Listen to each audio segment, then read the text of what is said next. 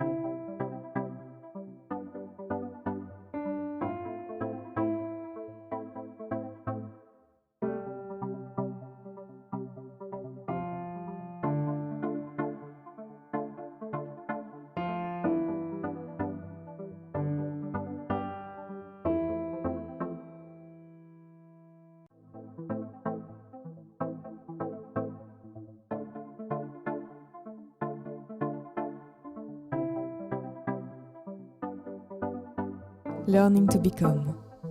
Learning to learn. Learning to thrive. Learning to flourish. Learning to care. It is now time to listen to our voices. To prepare a better future. Treat others and the planet as you would wish to be treated. Collaborating and develop in partnership. We have the capacity to understand, to take action, to take care of ourselves, others, and the planet. And we want to invite you to really work together and collaborate so that we can have an impact now. Welcome to Learning Planet Festival. It can just get better.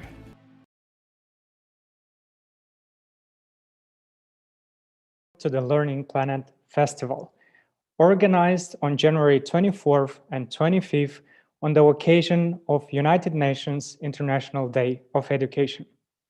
This year at Learning Planet Festival, we celebrate people, places, and organizations which help us to learn to take better care of oneself, others, and the planet. This year, the program features over 225 sessions with contributions from over 500 organizations and thousands of attendees all over the world. To accommodate the time zone, some talks are pre-recorded, but most of the program is happening live, either via live streams or in small Zoom sessions and roundtables on the festival platform. So we encourage you to log in, to jump on various sessions that you find interesting, and to engage in meaningful conversations. Write to fellow attendees, to speakers, ask your questions. We as a team will be there on the platform and on various social media channels to see your questions, to celebrate together, and to have a wonderful time where we share meaningful learning experiences. Now, I would love to transition into the first session of this day, which is Pioneers Celebrating Innovative Learning Communities. And again, have fun, celebrate, and we as a team will be there along with the speakers on the platform to answer your questions and to interact with you. Enjoy. And celebrating what they want to do together in order to face our common challenges. We indeed live in an era where we generate problems faster than we're able to solve them. Indeed, WHO, UNICEF, Lancet Commission report has shown that climate change, biodiversity collapse, conflicts, and widespread inequalities, predatory commercial practices are all threatening the health and future of children in every country. Learning together to meet the challenges of our time is probably our best hope. Given the magnitude of the challenges, an open source approach is essential. No single organization has the power to gather, curate, combine, promote and scale all necessary approaches to solve our shared challenges. We need to build together an open source ecosystem where everyone is empowered to contribute and share content, build tools, help curate resources, train fellow educators, and celebrate their meaningful learning experiences. In doing so, we can leverage the greater power of the collective and speed up discussion, replication, and evolution of best educational practices. Education alone cannot achieve a more sustainable future. However, education represents the most powerful, systemic, and massive lever to transform society. Youth are full of energy, ideas, and hope for the future. They're also angry at the state of the world. In higher education alone, there are more than 200 million students worldwide waiting to be invited to co-design a more sustainable and healthy future. Collaborative problem solving is a necessary skill to address complex challenges. From schools to universities and online platforms to learning cities, thousands of initiatives are flourishing to help learners tackle local and global issues. They develop skills for collaborative problem solving, such as critical thinking, collaboration, collective intelligence, creativity, learning by doing, social and emotional intelligence, reflexivity, systemic approaches, change management, frugal innovation, and so on. Learning Planet is an open alliance of educational stakeholders and learning communities with a cause. Our mission is to inspire and empower learners of all ages to contribute to shaping a better future. New ways of learning, teaching, researching, and mobilizing collective intelligence are needed to do so, as demonstrated by the current global crisis. Learning Planet is an open alliance bringing together under a shared banner educational stakeholders from around the world to disseminate the best ideas on the local and global scale for helping learners to collectively address the unprecedented challenges of our time. Learning Planet defines itself as a middle ground connecting institutions and their ability to deploy and manage with grassroots movement and innovators to scale up their ideas. Middle grounds are a way to mobilize underground activists and upper ground institutions so that they can together do things that they could not do alone. As such, with the spirit of attentive gardeners, Learning Planet is developing a range of innovative approaches to create, map and disseminate collective problem-solving pedagogies, develop partnerships with local spaces, regional hubs and online communities, participate in underground educational projects, design and implement digital solutions supporting open and participatory research, innovative learning strategies and the sharing of resources. Orchestrate global and local events to celebrate learning and nurture a culture of hope and engagement. This Learning Planet Festival is the very first of this big event after the initial seed that was planted last year during the Learning Planet event at the UNESCO headquarters for the International Day of Education. Welcome to Learning Planet Festival. Let's celebrate together the future of learning.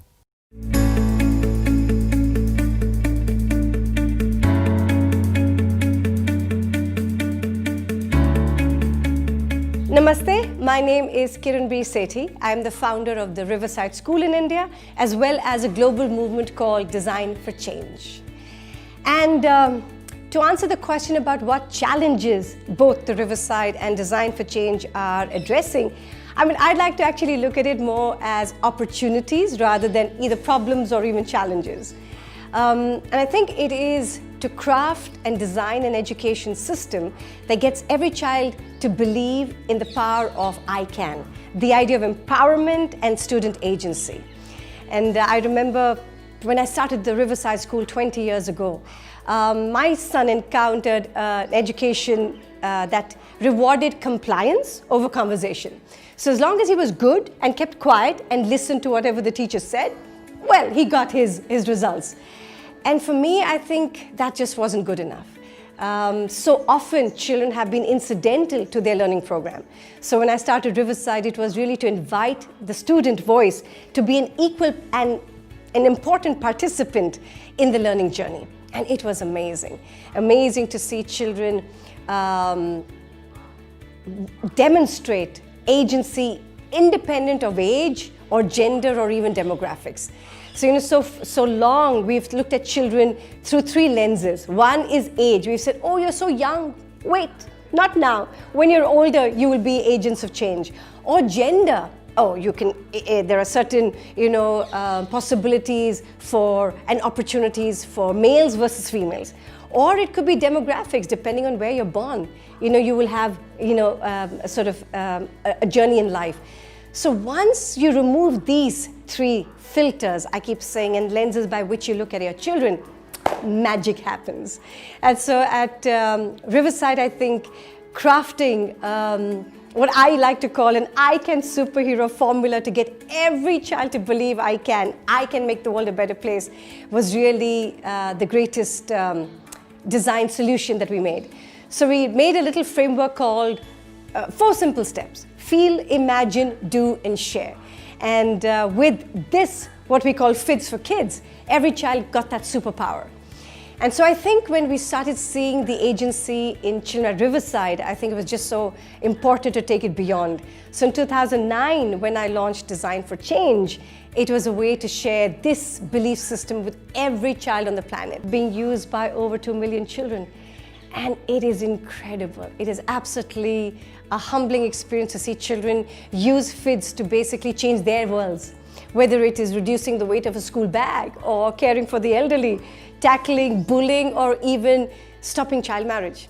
They are changing the bad and making it good with the power of their ideas. So that's really been the work that both Riverside and Design for Change does. And just to demonstrate the power of FIDS, I'd like to show you just one story of our children taking care of the world.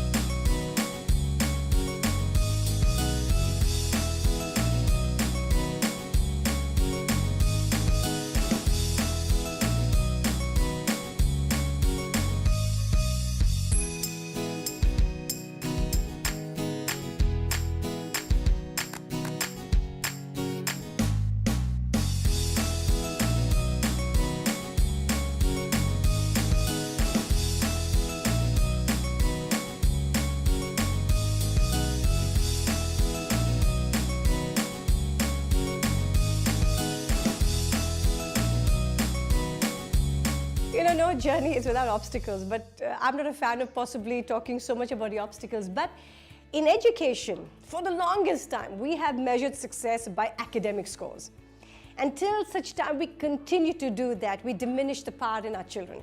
So I would like to say that when I started Riverside 20 years ago, I've seen a remarkable shift in the way people and education is looking at children in these 20 years. So whilst I do know the resistance in education was, no, if your program does not make math scores better, we're not interested. But I think today, 20 years down, that obstacle or problem has also turned into an opportunity. I think, and then COVID has just unmasked this entire dysfunctional system and really put the spotlight back on student well-being and student emotional intelligence. And there can't be, I think, a more simpler and more inclusive program like FIDS for education to bring back that student agency along with emotional well-being in our children. So, well, it can just get better. One thing that I've learned through these 20 years, both at Riverside and Design for Change, that you have to be, and I use this word with great love, shameless. You have to be shameless when you are championing the cause of children. There is no space for diplomacy or being polite, and I think shamelessly to collaborate, to reach out to others, to recognize what you don't know and what you can only do when you're with somebody else. That whole idea of being better together. It has been marvelous. I think we've been really, really fortunate to have giants that we have collaborated with in the space of education and children, right from, of course, CRI that we work with to, you name it, anybody who's working in the space of education in both in the fields of design and in education we have worked with. So, to name a few, of course, right from, of course, the Harvard Graduate School of Education, the Good Project, to IDEAL, to UNICEF, to the Global Goals, to, even, and I would like to say the biggest one was when we took, in 2019, it was a massive, grand celebration of collaboration when we took children, 3,000 children from over 30 countries to spotlight this idea of agency at the Vatican itself. So I would say we are willing, free, and happy to collaborate with anybody. One lesson I have learned about effective collaboration and problem solving is you should never walk in with your weakness. You should always recognize what you don't know.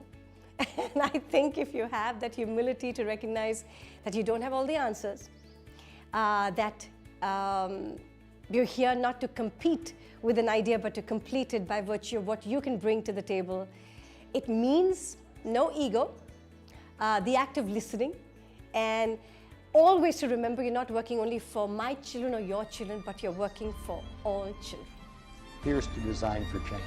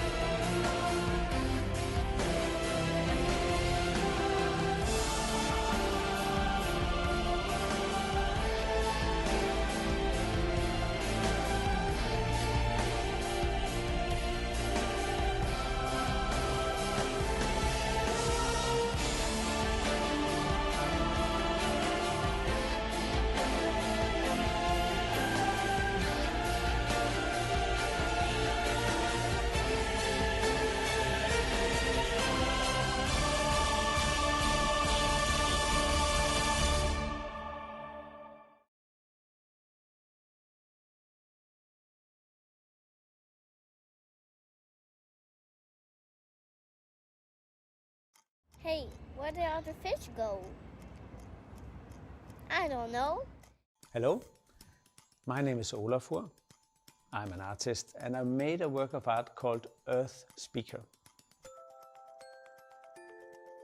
It's about giving the planet a voice through those who are going to inherit it. The people who are going to stay the longest on the planet is the kids.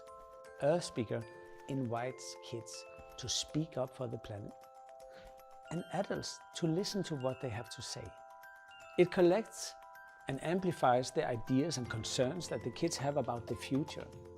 You could consider making meat in more climate-friendly materials. Just a thought. And it makes those accessible to everyone. It's simple to use. You will see how it mirrors your face and your expressions. And then you first choose a face, you design a face, you then think about what you want to say, you record your message. I don't want plastic inside my fish. And then you place it where you want to have it. Your message then can join a community of other messages. See, each of these glass spheres is actually a message. So you can zoom in when you find it and tap on it, and then you can hear the message. You can pick your favorite message and then share it with your friends, and you can make your own and send it off. The kids create the messages.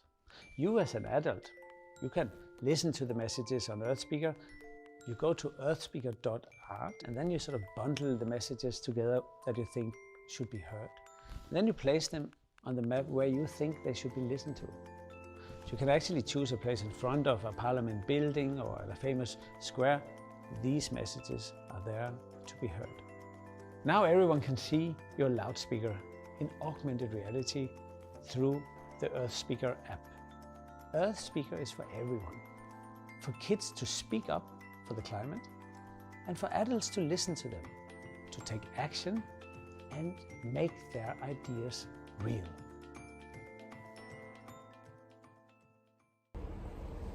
Children are the worst affected by climate change, and yet most children are unable to participate in the climate change discussion that is threatening their future. Have you ever wondered why? It is now time to listen to our voices. My name is Sagarika Sriram, and I'm the founder of Kids for a Better World, a Kids for Kids platform that connects young children to drive sustainability projects in their own communities. But it's impossible for children to connect with an issue that they don't fully understand. Kids for a Better World aims to educate, motivate, and activate children to conserve natural resources, protect biodiversity, and positively impact climate change. We conduct awareness workshops for young people on sustainability, recycling and waste management, as well as beach and desert cleanups and projects related to marine conservation. Through a unique incentive stream, children who are Kids for a Better World members are motivated to make changes in their everyday lives and learn to track their progress against defined goals. Activities such as reducing single-use plastic, saving water and energy at home, and planting trees are monitored to provide instant reward and recognition to the young eco-warriors. Kids for a Better World also launched the Happiness Project to promote sustainable living aimed at building a deep connect and respect for nature. The Happiness Project activities relate to home gardening, tree planting, composting, and the creation of natural personal care products with recyclable and reusable packaging. We encourage kids to come up with fun and innovative ways to reduce our carbon footprint. Our biggest strength comes from addressing children just like us to connect with each other to make a difference to our planet. During one of our first recycling drives, 6 of us went door-to-door knocking in our community and educating households about waste management. We were able to collect over 1,040 kilos of household paper waste for recycling in just over 3 weeks, and we explained to over 50 households about the importance of energy conservation. Imagine what 6 million of us could do. This is the power of change. One of our biggest obstacles is the fact that most adults and children have very little awareness of their carbon footprint and how their individual actions impact the climate crisis. While children do participate in eco-projects and sustainable activities, this is usually limited to extracurricular, after-school clubs, or occasional projects. However, it is so important for children to gain a proper knowledge and find their voices to be an active part of the climate discussions. In order to drive sustainability as a way of life, it has to be incorporated in the formal education system, which the UAE places a great emphasis on. We need climate literacy for all our children, regardless of where they live or what they study. In 2021, Kids for a Better World is working on tabling a formal proposal that includes the provision of mandatory climate education across primary and secondary schools in the UAE. Our objectives are as follows: quality climate education for all children in the UAE, drive sustainability engagement with sustainability workshops and projects-based activities, make sustainability a way of life. By conducting workshops at schools, Kids for a Better World promotes projects and encourages children to become eco-warriors. The organization has included Children of Determination, creating workshops specifically designed to help them participate in protecting the environment. Today, with over 67,000 visitors on our website and a growing social media presence, Kids for a Better World is motivating children to lead a more sustainable life and safeguard their future. Hi, my name is Koen Timmers. I'm based in Belgium. I'm the director of TAG, and we try to have a positive impact on nature, environment, and climate through by setting up global educational projects and programs. This is Louis van Aan, and he invented a small thing called the CAPTCHA with those funny words, and preventing basically that you receive spam in your mailbox when people enter a web form. Did you know that on a yearly basis, more than 1 million very old manuscripts are being automatically digitized with a scanning technique called OCR? The thing is that this scanning technique sometimes doesn't really understand some funny looking words, and those are the exact words popping up in your CAPTCHA, and by entering those you help to digitize those very old manuscripts. I think this is a great example of innovation, collaboration on a global scale, but the thing is that this technique also requires a lot of energy from data servers. And data centers, they take 1% of global electricity demand, which is huge, more than a large nation. And we will always be in a conflict, whether we go to a conference by using a flight, an airplane, or we are doing a webinar. It always demands a lot of climate. We will always be in a conflict. The research and the data are there, and the fact is that youth is concerned. They already showed their engagement, they went on strikes, and I think they deserve more. Not only a better climate, but also a better education about it, because education is key. And I think that young people have the potential to do more than going on a strike. They have the potential to do more than memorizing definitions about climate change. They have the potential, each one of them, to find solutions and to take meaningful actions. And that is what we try to do with the Climate Action Project. The Climate Action Project is free. It's available for everyone globally. It's a 6-week journey in which we have a student-centered approach. We allow students to brainstorm, to discuss, to have an interaction with students from other continents and share their findings, but also their solutions online, synchronously and asynchronously. And this gives them a unique and authentic learning experience. We had 2.5 million participants in 140 different countries, and we aim to change their behavior, but also society's mindset about it, because the students go to their homes and they ask their parents to bring change in their household as well. This demands a shift. The teacher needs to step outside their comfort zone. Rather than instructing about this, they need to make sure that some very important skills are being addressed, like critical thinking, collaboration, problem solving, communication, and all of those other, which sometimes are buzzwords, I have to say that. But how to bring empathy into your classroom with a textbook? Well, by setting up your students into a phone call or a Zoom call or whatever with students from Sierra Leone, in which a few students died due to mud flows and floodings due to climate change. This happened in 2017 in October during our project. And it's a challenge to have some states and countries on board. Some schools are not allowed to join the project because they think climate change is a hoax. They are not allowed to join by their school board. Language is a challenge as well. Technology is a challenge. In some countries, they are not allowed to use some media we are using. In some countries, they are not able to use because they lack the bandwidth and the capacity, basically.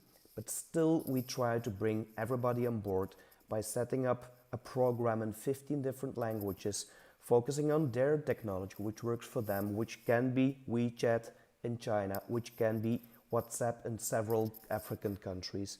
And we also made sure that they are personally guided by experts and are able to have interactions with experts as well. Students were able to learn in a very authentic way. They came up with solutions which are really incredible. American students made their own solar suitcase, which was shipped to an African refugee camp in Kenya, so that school has free electricity, power supply. How interesting is that?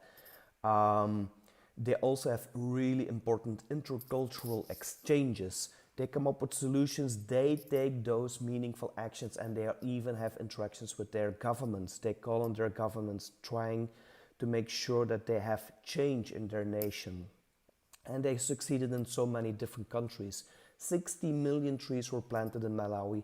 In Ireland, they were supported by the president, and they were able to bring national change through the green dots. Canadian students came up with 3D printed coral reefs, edible water bubbles, own bioplastic recipes in Argentina. They may not change the issue, but they change the mindset. Students go to home and they ask their parents, stop buying single-use plastic products. And Indonesian students, they came up with eco bricks. They invented even new stuff. They made national news. They engaged celebrities and influencers, and this made sure that we were able to grow our movement and put climate education on the agenda. For this, we also created our own curriculum, which is ready to be used with solid data, with the right lesson plans, guiding the teachers. It's available, it's free in 15 different languages, and we co-authored with WWF International. Now, climate change is a threat, and it is really tough to squeeze it into formal education. And for this, we keep pushing for compulsory climate education. Officially, only one nation globally has that. That is Italy. But we will keep pushing to make this happen in different nations. But the most important part is that we get the full potential of students, of young people who are really engaged, who are concerned, who will be the future global leaders. And we need to make sure that we offer them the right opportunities. And that is basically what is key and how we try to tackle climate change. Thank you. Change has always happened in the world, but what's unique about the 21st century is that change is happening much faster. In an individual's lifetime, you will probably see 4 to 5 fundamental changes, which changes the way you live, which changes the way you look at your own life, it changes the way you look at the world. When a child has one adult in their life who engages with them with empathy, with care, who brings authenticity and trust and a non-judgmental approach in their relationship with this young person, can be a game changer in a child's life.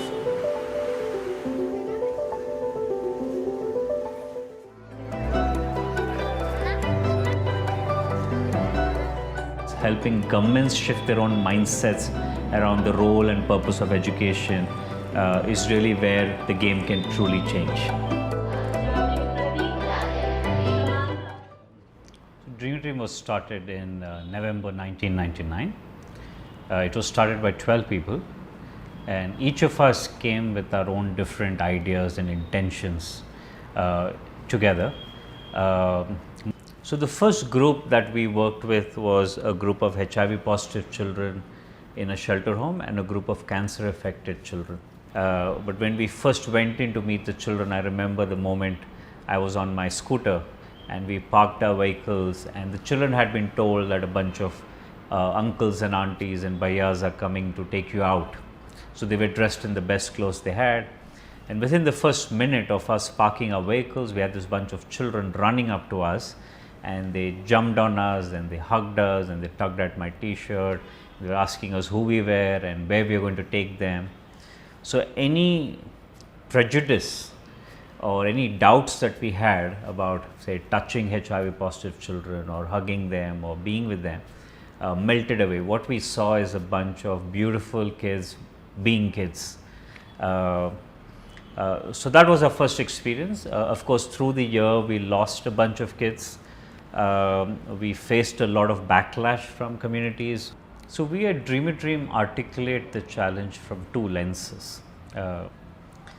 One lens comes from this understanding now that the pace of change in the world is increasingly fast, almost frantic.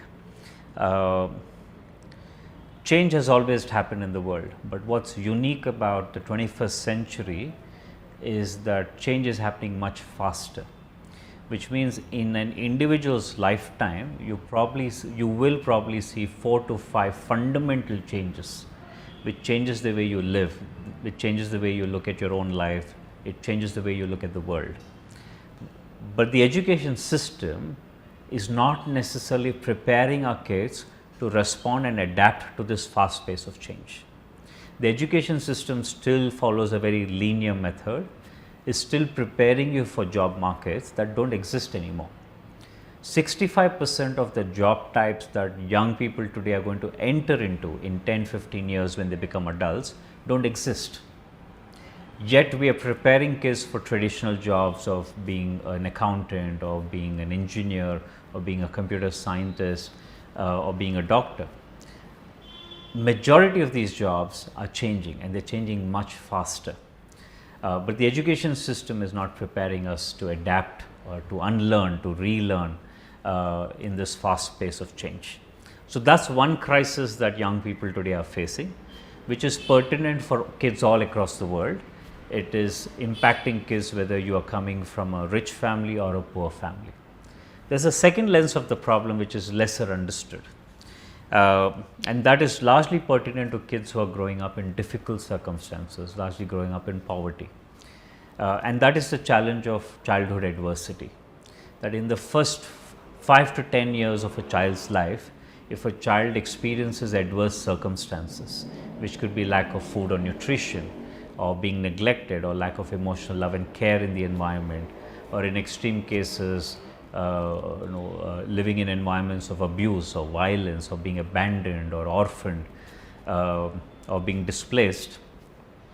What that does is, when any or some of these adverse circumstances happen in a child's life, it impacts their ability to achieve developmental milestones. A simple way to explain that is that as we are growing up at certain age, at certain sensitive periods, we achieve certain growth milestones. These could be in terms of height and weight, or it could also be in terms of cognitive development, the way we process information, the way we develop emotional maturity. Simple things like, very young children struggle with, say, tying shoelaces, but then you hit a certain age when you learn to tie shoelaces. So that's a developmental milestone. When you're very young, you might struggle to, say, put a button on your shirt, but after a certain age you're able to do that, which tells us that you have developed your hand motor coordination skills. At a very young age, you don't necessarily understand voice, tonality, vocabulary, expressions, emotions, but then after a certain age you start responding to the way your parent talk to you, to what they say to you, in what tone they say to you, and what words they use. Each of these are developmental milestones. But because of adverse circumstances, if you miss these developmental milestones, or at the time when these developmental milestones need to be achieved, it results in what is called stunting or failure to thrive. So what you have achieved, what has happened to you is that either there's a developmental delay or there's a developmental damage if the adversity is severe. So for example, there's research which says 9 out of 10 individuals who have experienced abuse in early childhood are likely to have mental health challenges as adults. So that's the level of severity of failure to thrive that could happen. Again, the education system doesn't necessarily understand this, because the way adversity or failure to thrive manifests in a classroom environment is in the way behaviors are shown. So when you walk into a classroom, you'll see children who are agitated, who are very restless, who are aggressive, or children who are very quiet, or children who can't make eye contact, or children who are struggling to articulate what they want to say. These are all behavioral manifestations of failure to thrive. So the education system doesn't necessarily understand this, and what we have done, at least in India now, with 98% of our children at the primary level going to school, which means the majority of the kids who are growing up in adverse circumstances are now entering school, but not necessarily with the foundational developmental abilities to engage with learning. So suddenly at the age of 4, for example, you have this kid going to school, a completely unfamiliar new environment, 40 other kids that you don't know, a new adult in the classroom that you don't know, and now you're expected to listen, understand, pay attention, concentrate, learn what has been taught, make friendships, build social interactions, high levels of complexity without the foundational skills to manage that complexity, which is why then you see kids are not learning. The learning gaps are increasing year on year. So a combination of failure to thrive caused because of childhood adversity, and now entering a world which is highly complex and uncertain is a double whammy for kids. And that's how we understand the problem statement. For me, an ideal future is where everyone understands that the true purpose of education is to help a child learn to own their own story, help a child to build their own sense of self, to help a child to learn to be happy and learn to make others happy, to help a child to truly learn to thrive, not just personally as an individual, but also all elements of thriving around the family, the community, and the planet. When we are able to bring that kind of education to every child in the country, which would result in then a more thriving society, a society that sits on a foundation of care, love, empathy, support, collaboration, a society that respects every species, makes choices and decisions from a space of care and empathy and not from a space of greed, that will be the most ideal future for me. And I truly believe education can enable that to happen. School systems, teachers can enable that to happen. We need to learn to trust that education can play that role. We need to repurpose education from that.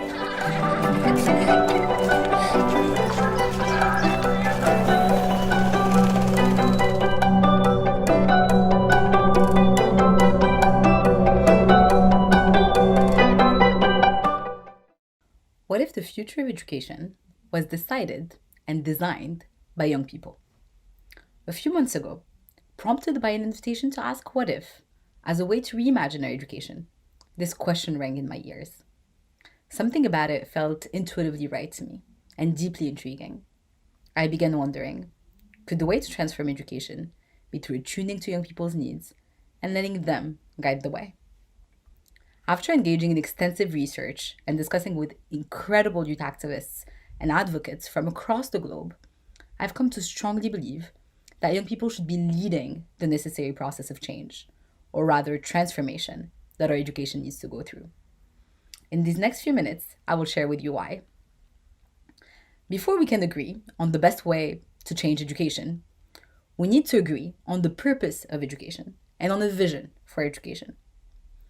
It starts by recognizing that education is the human-making function of society. So to reform our vision for education is analogous to reforming our vision for humanity. Education has a core role to play in our necessary planetary transition if we are to have a livable planet for future generations. The way we design our education today will determine the future of our societies tomorrow. By the same logic, the social fractures we're witnessing today, from biodiversity loss to polarization to abject inequalities, are a direct result of the way we have designed our education in the past. These fractures are a byproduct of an education that taught us to ruthlessly compete with one another for notions of personal success over our collective interest. an education that robs us of our natural curiosity and dulls us into becoming cogs dedicated to the good functioning of the economic machine. Our current education systems worldwide are shaped by what is called the reductive human capital theory, meaning that the main function of education systems is to supply the economy with the next generation of workers. It is time we rethink the core purpose of our education and to make it the flourishing of individuals for thriving societies. It is time to be driven by a new vision of our education, a vision that carries us out of civilizational collapse and into a new form of human civilization, capable of taking care of our planet and ourselves. So, how do we get to this vision of education? I believe education needs to go through a metamorphic process, a transformation from the inside out, through young people choosing and demanding new ways to get an education. There are two main reasons I believe a youth-led revolution in education is the key element to a potential transformation of education. Firstly, historically, it took people awakening to their rights and demanding them for large systems to truly transform. For instance, the first two large democracies, the USA and France, were movements by the people for the people. They shone a light on the possibility of a new way to govern and be governed, and from there led to a movement of democratization across the globe. I believe that in order to see a genuine transformation of education, we are going to need a similar awakening by the main population education is supposed to serve, young people. Secondly, there is a misalignment between the goal of schooling, the reductive human capital model, and the goal of people and society, individual and societal flourishing. And we need to acknowledge that this misalignment is not about to go away. Therefore, individuals and communities need to reclaim their education by exercising agency. In fact, agency over one's education is a legal right to the United Nations Convention on the Rights of the Child, the UNCRC, and it's the most widely ratified human rights treaty in history. So it is time to exercise our rights. On top of that, we need to acknowledge that young people have lost trust in the adults in charge who are so shamelessly mortgaging their futures. As it stands, young people will be spending their lives dealing with the messes created by the generations before them. In a recent speech, Greta Thunberg said, "Why should I be studying for a future that soon may be no more, when no one is doing anything to save that future? And what is the point of learning facts when the most important facts clearly mean nothing to our society? If you still say that we are wasting valuable lesson time, then let me remind you, our political leaders have wasted decades through denial and inaction." Greta and all the young people she inspired are not missing learning time by protesting on Fridays. They're learning much more by getting engaged in civic life and demanding more from their governments.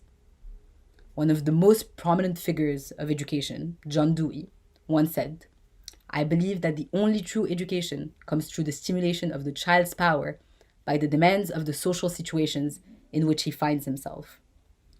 And that is exactly what these young people are doing. They are getting a true education, one that will surely serve them in the coming decades as we navigate the existential threats ahead of us. Finally, I want to impress upon you that the time for this radical transformation, led by young people, is now.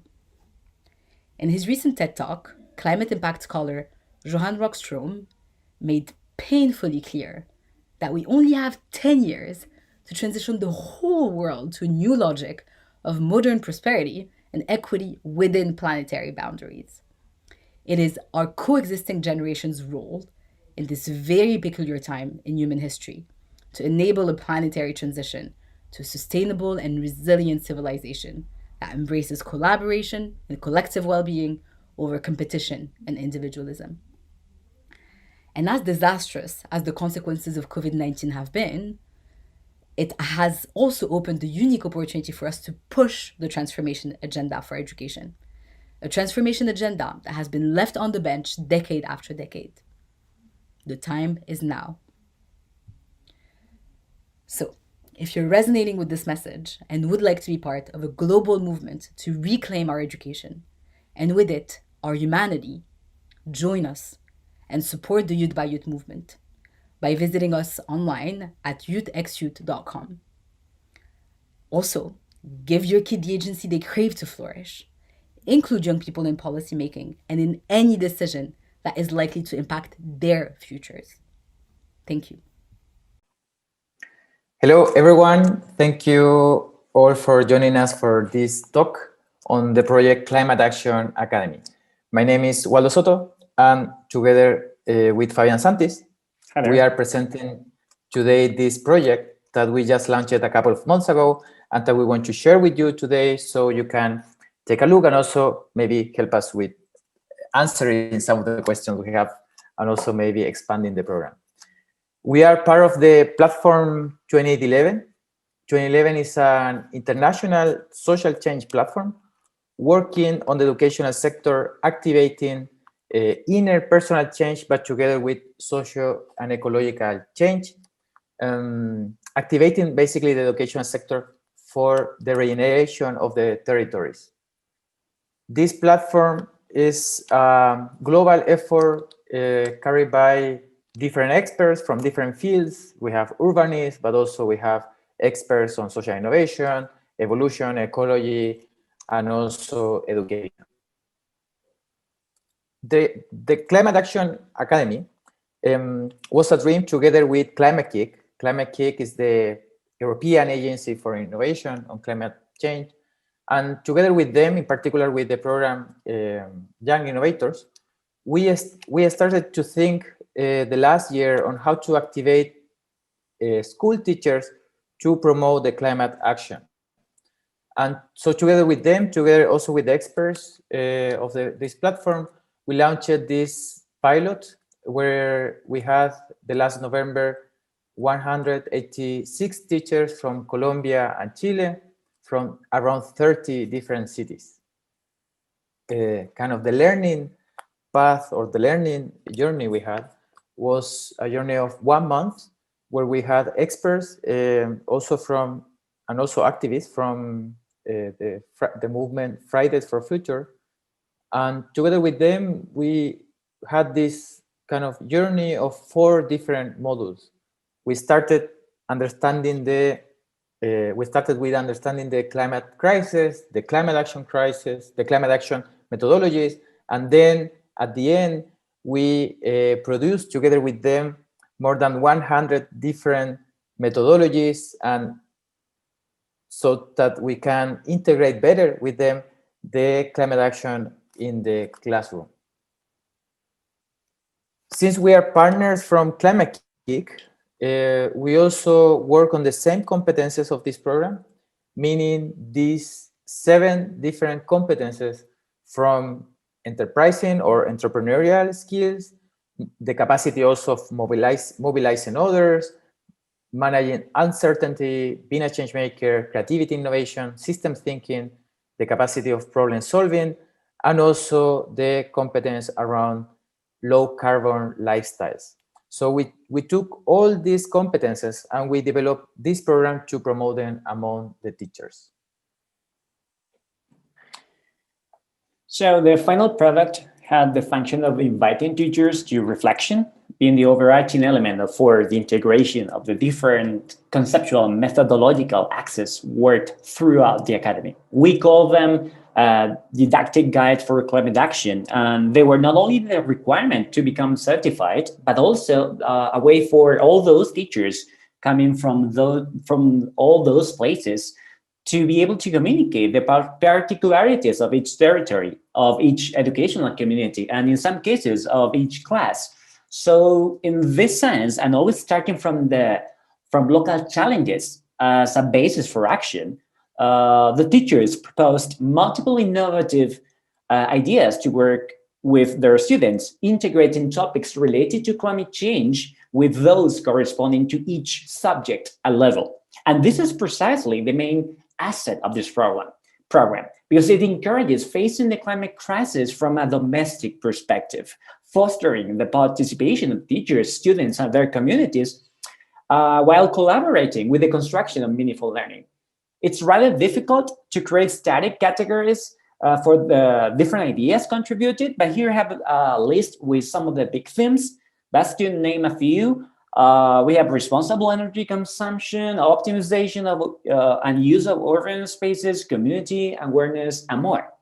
Just as an example, we have an extract from a guide produced by teacher Patricia Escobar from Colombia, who wants her 5th grade students to face the challenge of sensitizing residents of La Esperanza neighborhood regarding the consequences of pollution of La Virgen swamp.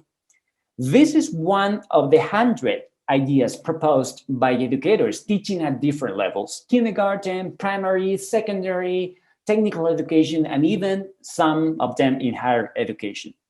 Also, something very interesting is the fact that not all these ideas come exclusively from natural sciences, but also from other subjects such as Spanish language, English as a foreign language, physical education, mathematics, arts, among others. What comes next, as we cannot allow these 500 pages of ideas to go to waste, we are currently working on the creation of the first edition of the book, More Than 100 Ways to Integrate Climate Change in the Classroom. A collective work that will organize all these ideas, making territorial climate issues in the context of education visible and promoting articulation between the different subjects within and outside the educational communities. We are working on new versions of the Academy, both in Chile and in Colombia and abroad. For example, a version in English is currently happening in the USA. We're looking for partners to have a version in German and another version in French. And as this is the first pilot of the Climate Action Academy, I want to end this presentation with our biggest challenge. How can we sustain the community of teachers? And even more, how can we expand it to new schools, new territories? How can we have more allies? Thank you all for your attention. Hi, I am here to talk to you about the Forward College. The Forward College is a new higher education institution that aims to redefine what leadership is about and train students into this new leadership. What is this new leadership? Well, we all agree on this. In the context of the current economic, social, ecological, and now health challenges, we need to rethink and redefine the very nature of leadership. We all know it will be less and less about exerting power and reaching the top of institutions. Increasingly, leadership should be about engaging people for a shared purpose, cutting across different areas of expertise, social and cultural backgrounds, and institutions. We believe this new leadership requires us to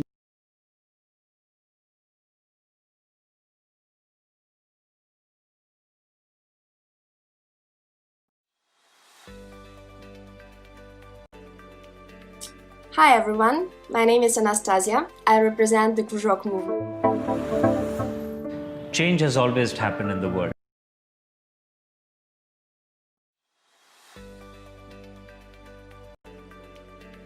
Hi everyone, my name is Anastasia. I represent the Krужок movement. It is based in Russia, but we invite everyone all over the world to join us if you share our values. The Krужок movement is a community of technology enthusiasts. It is based on the principle of horizontal connections among people, ideas, and resources. By Krужок, we mean a mixed children and adult community that is developing the state-of-art technologies and trying to apply them to the practical, unsolved problems of the present. The most adequate modern analog of the Krужок participants is the makers movement. There are a lot of similarities among makers and the Krужок participants, such as learning by doing, freedom, open-mindedness, etc. Krужок in Russian means a circle, and we refer to a lot of circles of philosophers and engineers that we see in the past, such as the famous Zhukovsky Aeronautical Krужок. It started in Russian Empire with a bunch of students and professors, and then it grew up and influenced greatly on the formation of aviation in Russia, and through generations it opened the way of the humanity to the space. So we believe that such great new practices and ideas, such practices of the future, can start in Krужок, in a community of enthusiasts. Moreover, we believe that if you are really concerned of the problems of the present and you want to build a better future, you want to change the way of life for the humanity, you need to involve the youth. You can't do it without children. So that's why the mission of the Krужок movement is to create conditions for such children and adult communities for mutual development and growing in the future. The Krужок movement brings together a lot of different communities, such as state corporations, technology enthusiasts, educational companies, and some big tech companies. That's how we're connecting education, science, and technology all together. As the Krужок movement is a community of communities, we need special events where all of those communities can meet one another and where new adults and children can be involved into socially responsible experiments with the state-of-art technologies and with the concept of their effect on the future generations and on the life on the earth as such. So that's why we have several main projects that are represented on the screen. I will present you several of them. First of all is the Olympiad for the school children. We have a great experience in organization of all-country competitions for school teams and for the Krужоks.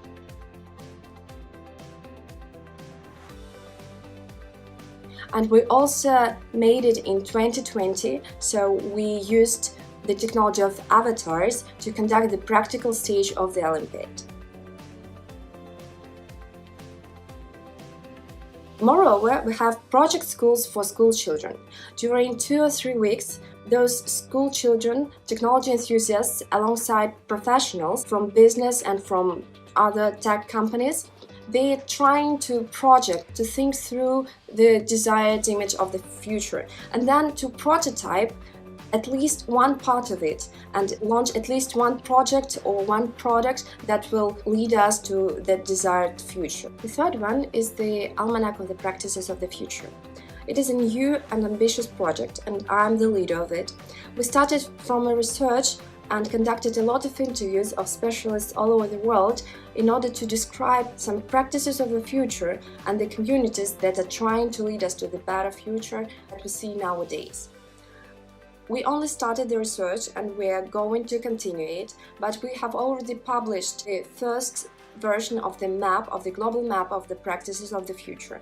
This map can help all of the enthusiasts all over the world to see one another, to force one another, and maybe sometimes to choose the way. For example, we hope that Krужоks that are studying this global map of the practices of the future, they can choose their path. They can choose their theme and find some allies they can build the future with. Now we're looking for the allies too, and we're looking for those who share our values, who share our view of the urgent problems of the present, and who want to build protopias with us, to prototype the future and to create Krужоks. Now we want to start an international dialogue around this almanac of the practices of the future, and so we're chairing 4 sessions that are called Protopia, Creating the Future We Want to See, during this Learning Planet Festival, and we invite you to join us, to write us, and maybe one day to come to Russia and to prototype the future together. Hello, my name is Dave Strubwick, and I'm the principal at Real School in Budapest, and we're an innovative school doing some really wonderful things to inspire young people to dream and to create, to build a better world. And it's really lovely to be invited to speak to you today. I'm really excited about the opportunity to connect with the whole conference at Learning Planet, and it feels so important, the whole agenda around our own health, the health of others, and the health of the planet. That's something really fundamental. So in the next little while, I'm going to share with you a few things about our school and about the development of growth to build understanding, which I feel is fundamental both learning and well-being, and indeed connects those two areas. So I want to talk to you a little bit about Real School in Budapest. We're a relatively young school. We've been going about 18 months. Real stands for relevant, entrepreneurial, art-filled learning, and is a response to the kind of skills that young people will need in a rapidly changing world. Everything from creativity to problem solving, being kind, development of emotional intelligence, being able to collaborate with others, and one that we would add in beyond what the World Economic Forum and others have been saying is the ability to dream really big. That ability is fundamental for what we believe in. So a Real School, we recognise that it's not just what we teach, but how we teach, and perhaps a better way of expressing that is how we facilitate and how we learn. We want to move away from the industrial model of filling the bucket that's often referred to in education, the industrial model that people like Sir Ken Robinson talked about, but not just to an environmental or agricultural model, but to one that is ecological. And that's why we feel that actually it's a time not just to be talking about learning, but importantly to be talking about growth. Growth that develops not only knowledge and skills, which of course it will do, but more importantly develops understanding. I once heard Satish Kumar say that the acorn does not need to be told how to become an oak tree. It just merely requires the right environment in which to thrive. And I think that is something that we really need to consider for today's young people. What are the conditions that will help them thrive and grow and develop understanding in a rapidly changing world? It's clearly not the conditions that they're given in many a typical school. It requires something different. I believe that it requires us to hold the tensions between what is age-old and what is new, to create a new blend, a new reimagined future, but not one that is a reaction to the past, not even one that responds to different events, but one that is genuinely reimagined. That might involve some distillation of things that we hold as fundamental truths, of vital importance of relationships, the vital importance of community, the idea that it takes a village to raise a child, those age-old ideas. So at Real School, we're developing the conditions for supporting young people's growth, the chance to thrive in a rapidly changing world, and we see the development of understanding as fundamental to that. The ability to have that aha moment, the paradigm shift, the ability to see the way that you see something so that you can recognise that that is not the only way of seeing something, to give yourself more power and agency in the world. And that's a fundamental difference about what we're trying to do. We're doing that in a range of ways, but one of the central mechanisms for us to do that is an approach for turning dreams into reality. We even have a part of our day that is recognised as D2R, dream to reality, to give agency, to create audience, to make beautiful work. But there's many things that we're doing that allow young people to make sense that things need to be different, that we need to model things to be different, not just facilitate things to be different, but to model those things as well. So as a school, we have plant-based school meals. Also as a school, we have created weekly nature-based excursions. and we create personalized pathways based on your own individual context, and holds the tension with those things that are new, those things that are reimagined, those things that maybe wouldn't have seemed possible just a little time ago. Seeing young people during a time of COVID create a trail for their community, for their parents, but for people much more widely, using a kind of a map and a geolocation technique for visitors of an island to go around and discover their poems, their drawings, their films, their science experiments. What a beautiful way to engage.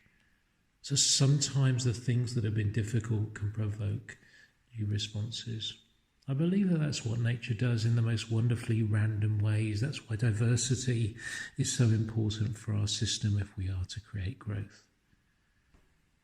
So I want to leave you with the request to connect to us, connect to each other, connect to those people who together can make a difference. But not only make a difference, provoke new thinking, new ideas. Maybe those people, connect to those people who are going to make you feel just a little bit uncomfortable. Hopefully feel a little bit uncomfortable, because that is where the real growth is, when we step outside of our comfort zone, when we step outside of being right, and we step into an ecological model that is based on growth and the development of understanding. My name is Michael. I am the founder of the Initiative, a youth organization in Nigeria. Currently, the civil society space in Nigeria is daily witnessing some kind of threats that is shrinking the performance and the way we do our work, because the government has failed to realize or recognize the civil society organizations, activists and citizens whose voice are helping to amplify and empower the voice of other citizens in demanding good governance and accountability. The government has failed to see this set of people and groups as partners, but instead they view them as threats, and as such the hostility and the threats are making the environment becoming so stringed. We are almost losing our voice and confidence because of fear of intimidation, harassment, fear of being monitored, and indiscriminate arrest of activists. Our primary focus is to connect the interests of the citizens, the people, to the responsibility of governance. In that way, citizens become aware and become involved in the process of democracy, holding leaders accountable and propelling them to take actions that will actually lead them to delivering their political promises. We have run two major campaigns that we are really excited about: the SDGs activation and the open LGAs. The SDG activation, we work with over 1,000 youth organizations across the country and in all the states of the Federation.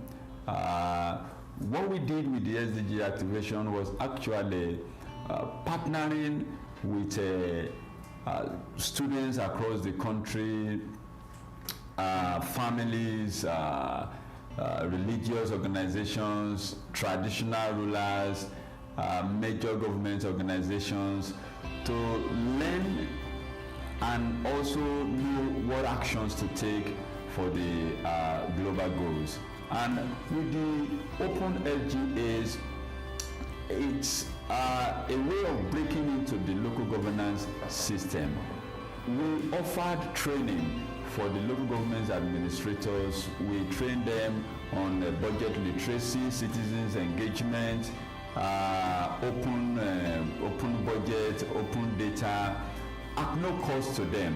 In return, they will give citizens or respond to citizens whenever they ask questions or demand any form, of government partnership. And they also, in return, organize town hall meetings explaining to citizens what they have done and how citizens can get involved in asking questions and also providing suggestions how they want to be led. These two ideas or projects has really been amazing, provided huge results that has resulted to huge collaboration between citizens and the government. So it actually cost a lot to run successful activities, campaigns, especially with the infrastructure deficit imposed on us in Nigeria, the cost of internet data, cost of electricity, access to good working environment, and most importantly, our structure, or difficulties we experience in accessing reliable partnership and collaboration. The collaboration we succeeded in curating with the world's largest lesson infused in our activity a kind of result that amazes almost everybody. Translated our local structure when World Largest Lesson brought their global network and resources and infused in our local structure. It immediately translated into one of the most talked about SDGs action mobilization globally. So we need to find a way to break in, to break the systemic, barrier that exists between us as people, organizations, societies. It is crucial because for me, the more we have opportunity of working together, the better we have, the leverage in accessing each other's resources and capacities. We breaking the barriers that ordinarily should not actually exist, because on the long run, our objectives, our focus, our ambitions are similar. The only thing that are different, or that is particularly different, is our opportunities. So how do I access the opportunities you have? How do you access the opportunities I have? There's so much barriers between us that is, making these stuff really difficult. If we are able to break this barrier and bring our working relationship and, ways of collaborating and partnering together a lot more easier, and accessible, I think we'll go a long way in changing the world in the most fastest way. Thank you. Good afternoon. My name is Anthony Bennett. I'm Chief Executive of Reboot the Future, and I'm here today to talk about our new, refreshed, revamped website for school resources, globaldimension.org.uk, and some of the content you can expect to see coming on stream in 2021. So the great project we have to announce today is called Rise Up. It's a new joint project between Reboot the Future and esteemed environmentalist Jonathan Porritt, and a new group of emerging young filmmakers which seeks to speak to the exact moment in which we find ourselves right now, here at this disrupted start of 2021. So this is an invitation to you from us to join us in imagining and taking action towards a positive future with creativity at its core, at exactly a time when perhaps we might not be thinking exactly that. Reboot the Future is, by explanation, a small foundation, co-founded by Kim Pullman, around a very simple thesis, our very own version of the golden rule, which is treat others and the planet as you would wish to be treated. As you might gather from our name, we have an interest in a future, a better future, built around the 17 Sustainable Development Goals. Our interests converge across three central themes: the environment, culture, and education. Now, our principal platform for schools is our online service, globaldimension.org.uk, which functions as a one-stop shop for free downloadable school resources designed for teachers who want easily usable classroom materials to help better understand and navigate and design lessons around SDGs. Now, these 17 SDGs represent the key technical challenges and solutions across food and energy and work and so on, but they are not very often popularly understood. Very often people fail to understand what is the direct correlation between the changes they're being asked to make in their own lives and the incremental degrees of climate change or sea level growth or any other aspect of climate. This lack of understanding leads to a frustration, a lack of ability to change things and a lack of agency, and we want to address that. In the constituency who feels this most strongly are the youngest, because they are the group whose futures are most at risk and most hostage to fortune. They literally have the most to lose. So when the pandemic truly hit the UK in March 2020, Reboot had been working with Jonathan and our creative team on a book which was in itself a kind of a science fiction, set some years in the future. That was then.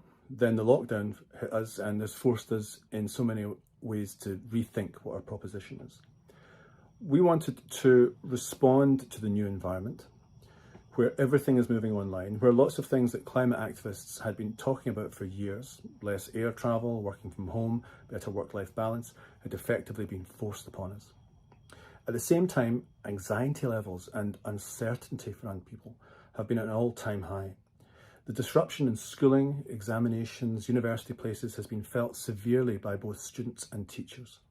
We are making our children a perfect storm of societal and biological and climate disruption. So this is what we've done instead.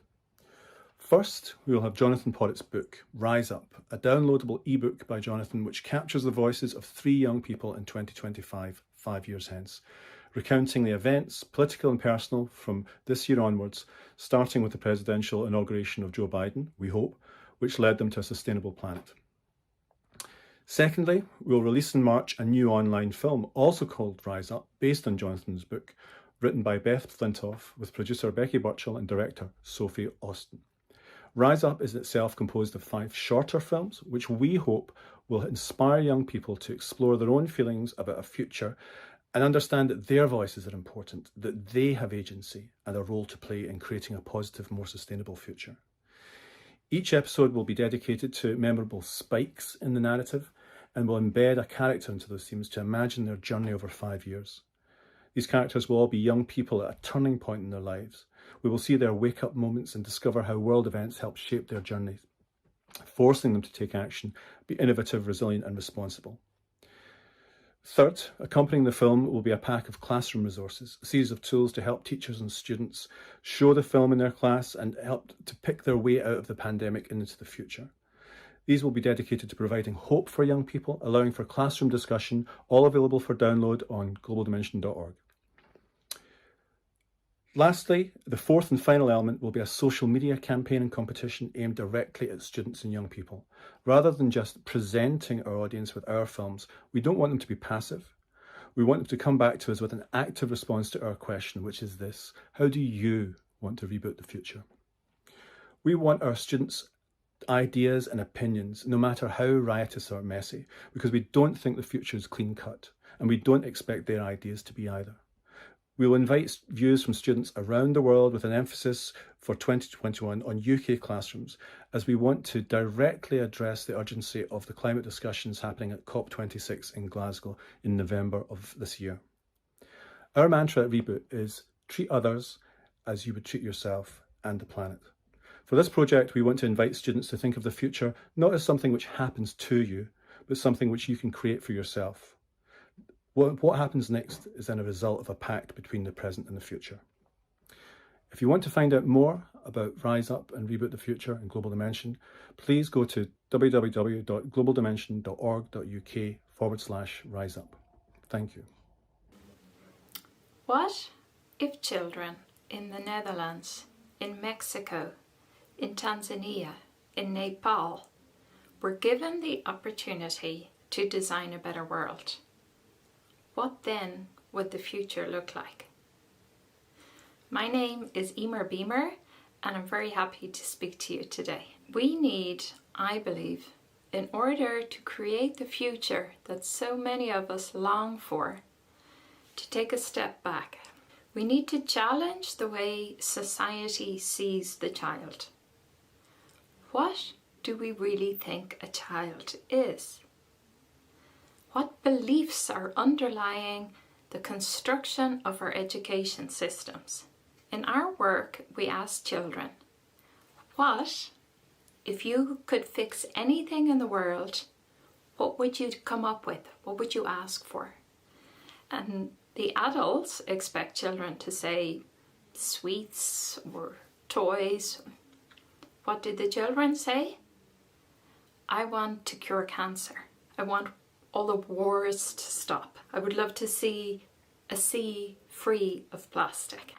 In order to facilitate children's fabulous imaginations and their will to make the world a better place, we facilitate design-a-thon challenges on the SDGs. The design-a-thon method has structure and steps, but it's an open-ended question. The children aged 8 to 12 get to learn about, then design and build prototypes of their solutions to the given SDG. SDGs such as clean energy, access to water, waste and poverty. A few examples are children like Joseph, who came up with a technical gadget to tackle drunken driving. It would work with an alarm and a camera system, specially adhered to the traffic lights in his city. Children like Laia and team came up with a robot and an app system which would connect poor families in the city of Amsterdam to leftover food from supermarkets. And children like Juan in Guadalajara crafted toys for younger children during the lockdown. We work with network partners, as we call them, and these are partners, organisations who, just like us, are deeply committed and to the same way of seeing the child, of seeing them as a whole being, facilitating their creativity, having their voice be heard. And we've trained them in our methodology and our approach. Do we always get it right? No. Have we had huge challenges from Corona? Yes. Through the learning experience, the children gain a lot of 21st century skills. They work on their creative thinking, collaboration, communication skills, and also their sense of agency grows. Research that we've done has also borne this out, that these aspects of the child's capacity are growing by these Design-a-thon challenge experiences. Mapped our learning objectives to OECD and UNESCO's SDG learning objectives. In order to increase the impact of the work, we've started compiling reports on both the insights of the children into the problem areas they're looking at, and of course their ideas and actions, and presenting these to policymakers, lawmakers, owners of companies. We want to help them see the future through the eyes of the children and have that influence their way forward. Despite COVID, we have to date been able to reach 90,000 children. We're also in the middle of launching a new community platform in order to scale this work and reach much more children. But mainly, we want to celebrate the children. Imagine a boy who's only 6 years old drawing cards with the help of his mother, drawing cards for elderly folk during lockdown, concerned that they were lonely. Or a girl sharing out packages of vegetable seeds, or a group of children in Mexico designing a water-saving device and sharing it with their families. And maybe even more important, their families and neighbourhoods beginning to see them in a new light, transforming the way they saw the child. Because that's what we really want to achieve with the work we're doing, that the society learns to see the beauty and the possibility of children We want to see this transformation everywhere. Then, only then, when we know it's there, we'll all start supporting its cultivation and its bringing to fruition, so that we can indeed achieve those beautiful futures that are possible. Thank you. The Education for Justice initiative seeks to prevent crime and promote a culture of lawfulness by supporting creative and sustainable education activities to empower the next generation of leaders, decision makers, and citizens. Reading to children for pleasure is beneficial for a child's personality, imagination, and intellect. The lack of this opportunity in the lives of millions of young people, particularly those in impoverished communities, perpetuates poverty, injustice, and inequality. The We Love Reading program aims to close that divide by promoting a love of reading in the everyday lives of children. Partnering with Education for Justice, We Love Reading is promoting social justice. The South Australian Education Department has a priority of improving the learning engagement and outcomes for our Aboriginal students. One way in which we've done that was the establishment of the STEM Aboriginal Student Congress, which is a co-design experience between our Aboriginal students across the state with Aboriginal mathematicians, educators, scientists, culminating in a two-day learning event each year, with our last one with over 1,000 participants. The key to the success of this program has been the partnership and the co-design work.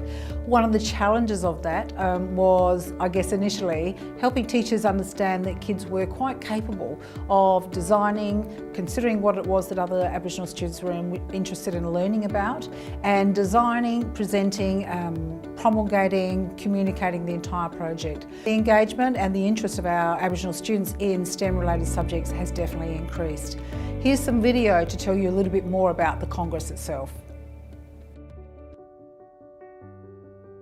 The main thing that's unique about this Congress is that the students are designing it for themselves. Basically, the Congress is a group of Aboriginal kids across South Australia. I'm thinking of it maths and science in terms of them as Aboriginal kids through their own cultural lens. YASTA, which stands for Young Aboriginal STEM Thinkers of South Australia, have been planning all these workshops throughout the past 2 terms, all in the lead up of tomorrow at the Congress. So one thing that I really found interesting about this Congress is what the activities some of the students have come up with. They're actually drawing on their own knowledge, their own cultural knowledge, creating an activity for other Aboriginal kids through the Aboriginal lens. So we turned one of our dances into a maths equation. Dance and song are one of the cultural ways that we educated through our societies. I'm going to present an activity on 4D toys, which is 4-dimensional toys. Also link that with our Aboriginal culture as well, with the rainbow serpent and fractal properties, the repeating patterns of things with our Aboriginal paintings. Fundamentally, maths and science is just a way of explaining the world around us. And Aboriginal people have been doing that for 40,000 years in this country. So we have a lot to offer.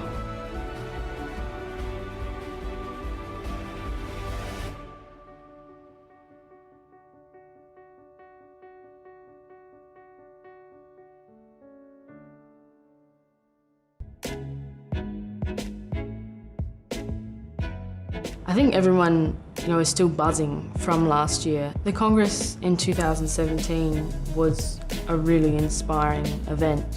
It's going to be a very good experience to take what we did last year and really build that and make it even better. Today is all about us looking back on last year's Congress, seeing what we did well, seeing what we did not so well, and building up towards this year and making this year better. The numbers are huge. When I looked at this and I saw, there were over 200 kids being involved in this, I was like, that's huge. There is nothing like this happening in Australia. STEM isn't something that you immediately think of when it comes to achieving as an Indigenous student, but now it is. The activity that I'm doing, we're going to be retelling the Thukari story from the Nurrunjeri people. So we're using VR art to sort of recreate it and reimagine it. This year we're planning on looking at the aerodynamics of either a spear or a boomerang. I love being a leader to other people who aren't so strong-voiced and don't really have the courage to talk out. I love to be the voice for the people who aren't heard. Indigenous astronomy is a field that has been researched for a few years now. The more that it's researched, the more that's coming out, how much knowledge is within Indigenous culture. That definitely applies to lots of other places. There's a growing recognition of Aboriginal knowledges within these fields. In terms of education, I'd really like to see our kids engaged in that understanding of why is it that Aboriginal people sustained a culture for 40,000 years in this continent. We were here, we lived, we thrived. Like the Congress is appealing to a group of people that are connected by their heritage. It's approached in a way that is acknowledged, and not only is it acknowledged, it's celebrated. These students that are coming to create this Congress are lead thinkers. They're doing something special, something different that is actually changing the lives of other students in South Australia.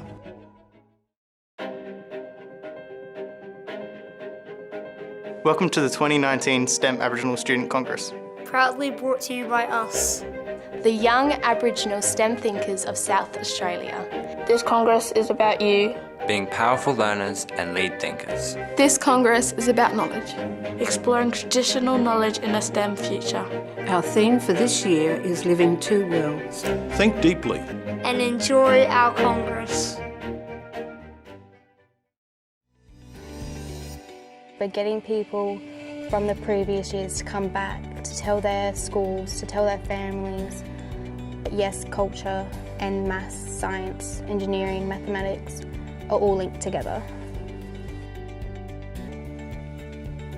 To me, it means that they trust us to share the knowledge, and they trust us that we're responsible enough to take the Congress into our own hands. Taking that bigger responsibility on becoming one of the leaders instead of a support. An ongoing challenge for the Congress will be how to increasingly have our students take back their learning to their schools and scale that at work up across the community. So far we've grown from 80 participants to 200 to over 1,000, and in 2021 we're hoping that it's even more. But the challenge of scaling up the engagement and keeping that a strong personal connection to Aboriginal communities and students across the state, that will remain our challenge.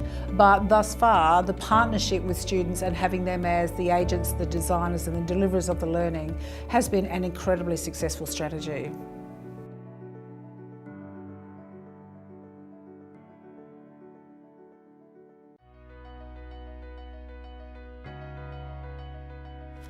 Hey guys, my name is Munewa.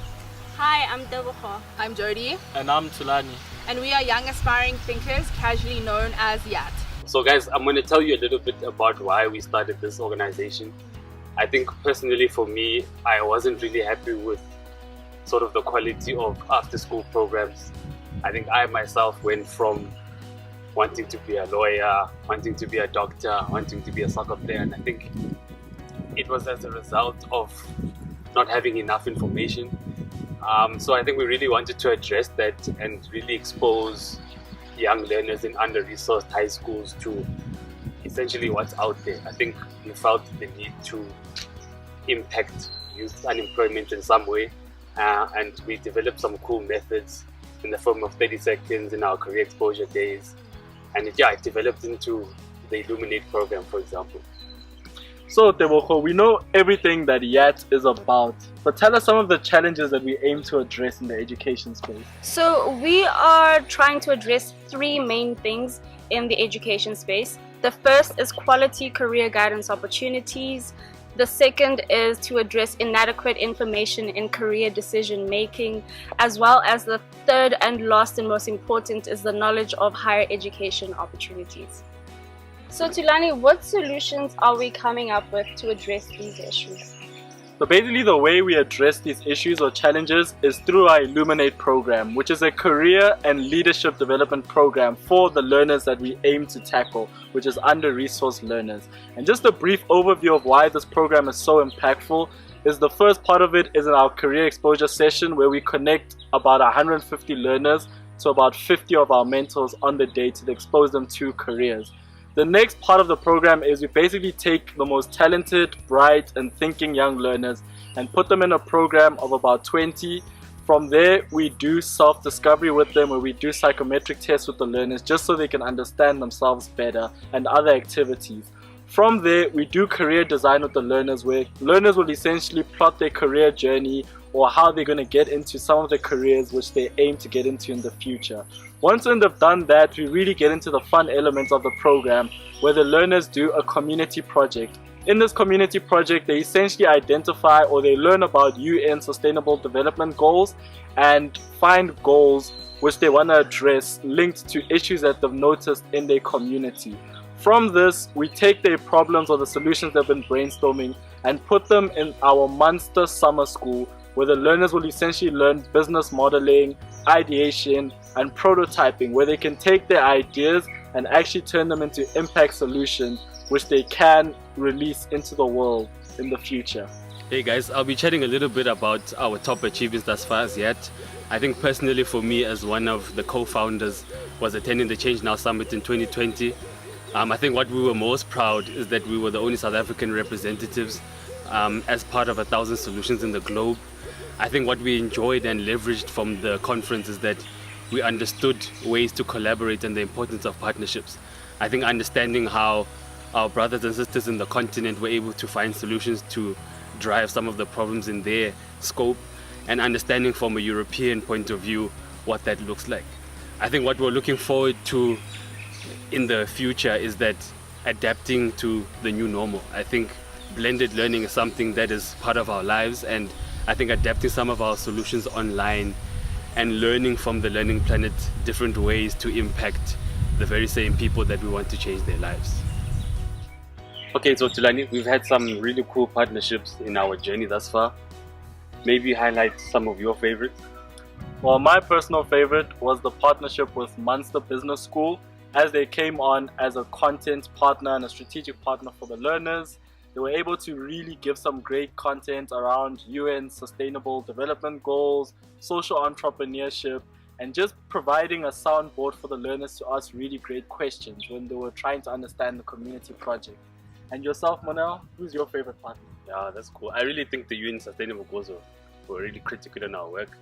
I think for me, the biggest value is the high school partnerships. I think really appreciating that high schools were open and willing to give their learners to actually allow us to execute some of our solutions. I think we are grateful to the teachers that are willing to give back and are super involved in our solutions. So I think that was great value for us. And we can't forget at the same time our partnership with Unilever. I think they really came through to judge a lot of the learners' ideas. They were there for the final pitch session or presentation with the learners, and that helped to give the learners a lot of understanding on how their problems would impact the world that we're in. It's just unfortunate we weren't able to go through to their corporate office to expose them to careers within Unilever, obviously because of COVID, but that was quite an effective partnership for sure. What is the one critical obstacle that you know our organization is currently facing? Okay, so it's actually really hard to just pick one, because as an NPO in South Africa, there's just so many obstacles, but we would definitely go with funding in terms of access to resources from corporates, in terms of it advantageously like making our program more effective for the learners. We'll definitely start with that, but there's so many. Okay, so as an organization, how do you think we can promote collective problem solving? I think that's a really good question. One of the major things that I think we could actually look into is collective stakeholder engagement. Get the necessary individuals with the necessary resources as well as infrastructure to really understand the nitty-gritty of the issue and really get to creating solutions that are effective, that are sustainable, and ones that will actually make huge impact.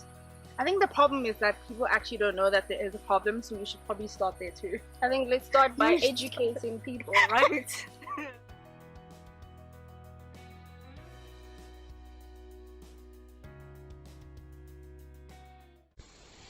Hi, my name's David Barra and I'm the co-founder of We Can Access Limited, which is a UK-based social enterprise. More people are being recognised as having special needs and disabilities.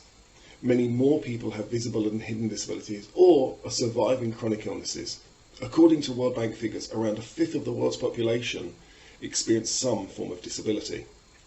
If people with special needs and disabilities and their carers created a country, the chances are we could well become the largest country in the world, yet the community is dispersed, hidden, faces social isolation and exclusion, faces physical challenges and economic hardship. The challenges we're addressing at We Can Access is to enable people to access the world physically, socially and economically. The cost of not doing this is simply too high and comes at too high a cost to the individuals and to society, and it's simply not sustainable. A new model needs to be created to create greater equity and equality. What we're trying to do is create a social shift in attitudes by demonstrating that accessibility and inclusivity is vital for a more economically and socially sustainable future. We're delivering this through education, which is a key to changing attitudes. So we have best practice blogs written by members of the community, as well as formal training, which takes a functional approach to accessibility. This is being developed in partnership with outstanding practitioners across the world, and we'll shortly be trialling it in Mexico, Nigeria. We're exploring partnerships in the United States, in Jamaica and Australia. We use online conversations to facilitate community knowledge sharing and engagement. We're also inviting people to leave online reviews of places, businesses and services that do accessibility well, allowing best practice to be recognised and shared. On the International Day of Education, we're celebrating people using our lessons and our platform to enable the future generations to think more inclusively and make the world a more accessible place to live for all. One obstacle that we're facing is changing people's attitudes and understanding of the issues. Personal and cultural stigma exist around disability, making it difficult to raise issues, and so finding solutions and putting them in place, and this is what we're aiming to change. One favourite example of a collaboration is working at a grassroots level. For example, we're working with the staff and pupils at Ifield School in Kent, which is in the United Kingdom, to support their curriculum learning and enable them to develop life skills and enable them to contribute to the local and global knowledge. Last year, We Can Access facilitated students in reviewing accessible places in their local area. This year, it's hoped, COVID-19 allowing, the pupils will take over our Instagram account and use it to highlight what makes learning and life more accessible for them. One student with profound and multiple learning difficulties will even be using eye-gazing technology to participate. This is a perfect example of enabling environments rather than disabling environments. The key to solving this problem is to enable everyone to become a change maker.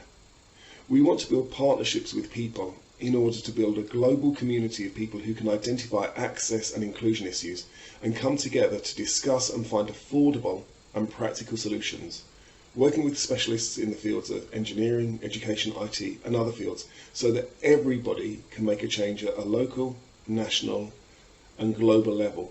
By doing this, we will create a more sustainable model which will lead to greater equity and equality for over a fifth of the world's population.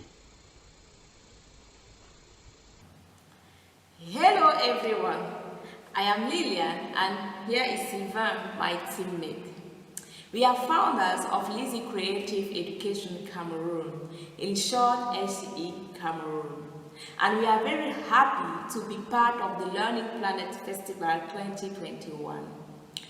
LCE Cameroon is a non-profit institution whose main objective is to develop secondary school students and teachers' creativity and practical skills to facilitate their social and professional integration. LCE Cameroon promotes the transfer of skills to students through a better and creative form of learning, by providing them with the necessary tools that can help them exercise their job efficiently or become self-employed. This is because we have observed with regret the fact that our school environment provides very limited opportunities to students to develop their creativity and practical competencies. and this has two main consequences. The first one is the lack of practical skills and creativity of students and even teachers. And the second one is the lack of motivation for teachers. This is the effect of routine. For our projects, our vision is to set up an African platform where teachers could come together and innovate in the direction of practical strategy of creative thinking in order to improve the practical skills of secondary school students. So, to achieve this, we are first working on projects that impact the quality of education, corresponding to the fourth core of the United Nations Sustainable Development Goals. Second, we are organizing practical workshops with and for students and teachers. And third, we are organizing seminars on educational topics for teachers and parents to discuss about school realities and the involvement of parents in their children's education.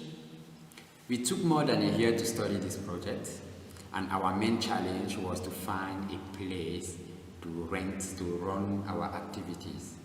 To face this, we have applied and have been selected to take part in a training in design thinking organized by AIMS Cameroon in collaboration with MasterCard Foundation, which ended with a founded project challenge, and our project was among the top 5 out of 13.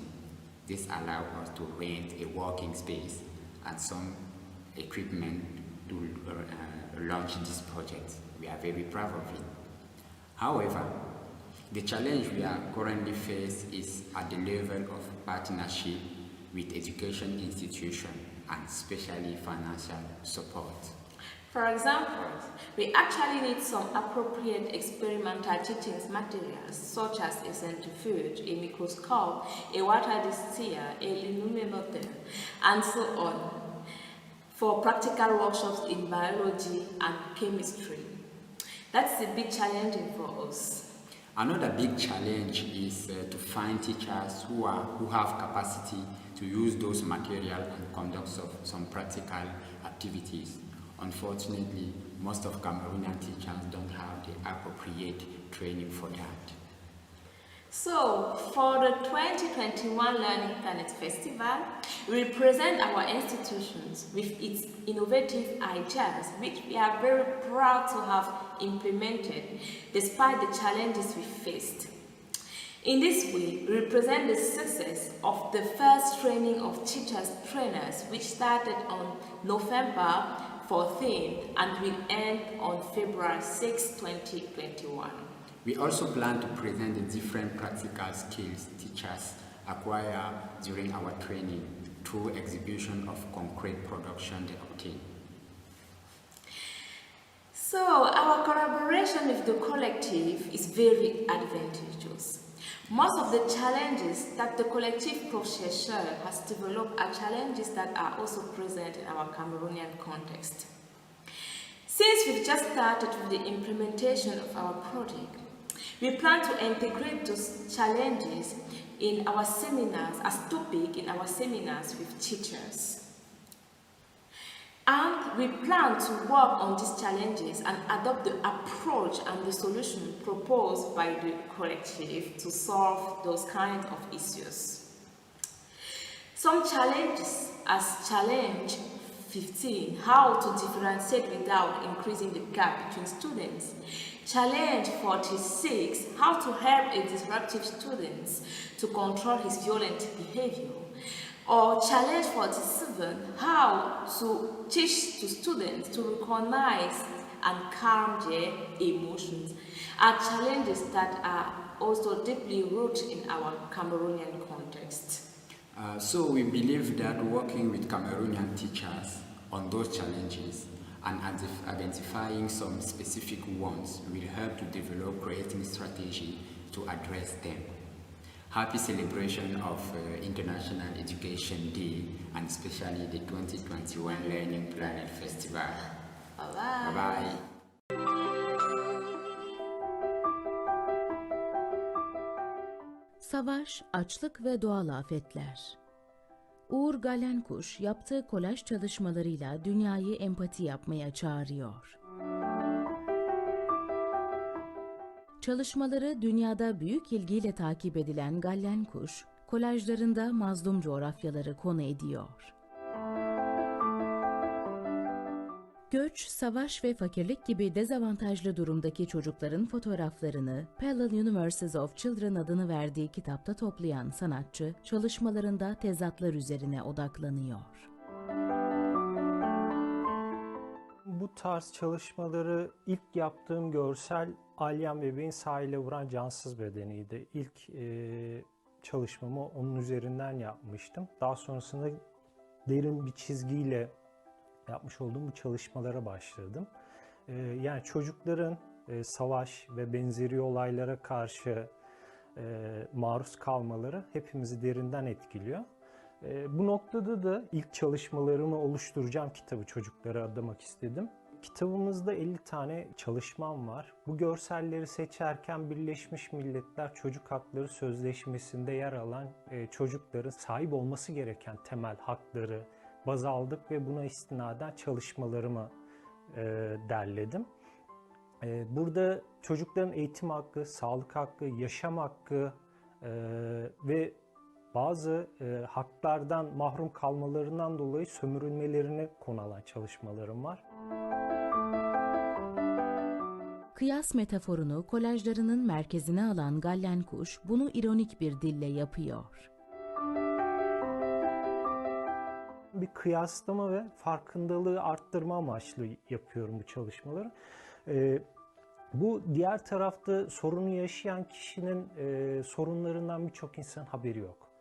Ben bu yönde çok mesaj alıyorum. İskandinav ülkelerinde yaşayan bir insanın Irak'taki savaştan ya da maruz kaldıkları zorluklardan hiç haberi olmadığını görebiliyorum.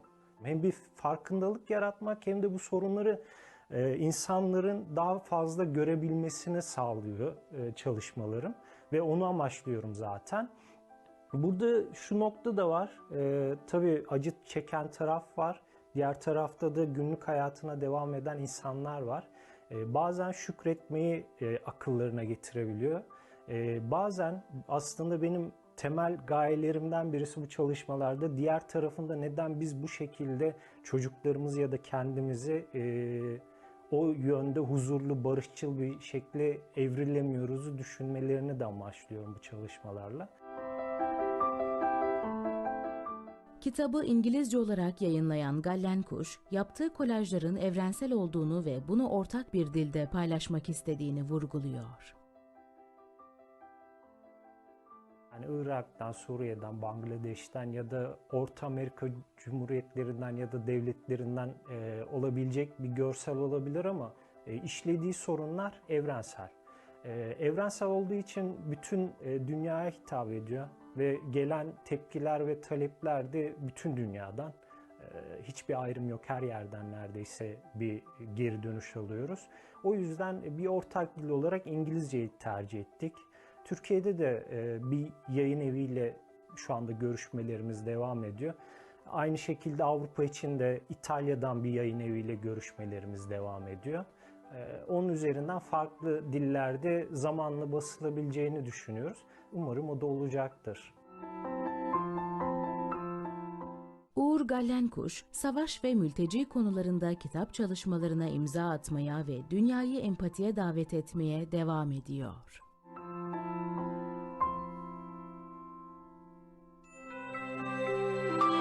Hi, my name is Ashraf Patel, member of Catalyst 2030, and totally delighted to be part of the Learning Planet Festival to celebrate International Education Day with you all. I'm also co-founder of Pravayan Community, the Youth Collective, two organizations that have been shaping inside-out youth leadership field in India for many years. Although a lot of work has happened on youth leadership and youth work over the past many years in India and across the world, we clearly believe that now we need a systemic engagement on youth work and well-being. If we have to seriously address issues of conflict, inequality and ecological decline that we are facing across the world.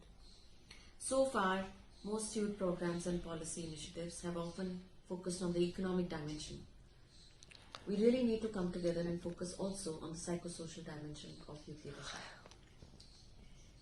To look at youth leadership together in this systemic way, Ashoka Innovators of Public and Community Leader Youth Collective came together and brought 100 organizations from across different sectors to create what is called the Varta Leap Coalition. Varta means dialogue, leap means to leap across boundaries. The whole purpose of this coalition is to bring people who come across different sectors from different spaces, and they may be youth engaging or not youth engaging, but they all are interested in investing in youth leadership because they understand this is the way to make change. The mission of this coalition is every youth a Jagrik and every space nurturing Jagrik. A little bit about Jagrik, it's a word that we've coined. It's a combination of a couple of Hindi words, and it means a self-awakened, active citizen who also awakens others. This also speaks to the byline of this conference, which is learning to take care of oneself, others and the planet. A Jagrik is really this kind of person. How the Varta Leap Coalition works, we work by coming together in collaboratives. A number of innovations are co-designed, piloted, and then taken to scale through the engagement of collective members and beyond. We also work and are working towards building the narrative around youth leadership and youth work to create a more inclusive society. I would like to bring here Kanika, welcome her, Kanika Sinha. She's the convener of Community Leader Youth Collective and anchoring the Varta Leap Coalition to present to you one such wonderful initiative which we think is very important for today's. We are well aware of the epic role that young people have played in recent times in India and across the world. Whether it was the COVID crisis or the climate crisis, young people have been stepping out and stepping up to bring about change. With the role that young people are playing in our minds, as well as India's demographic context, we felt it was time to now focus on youth duties and rights as distinct from but inspired by and aligned to constitutional duties and rights, much like we have done with child rights in the child rights movement.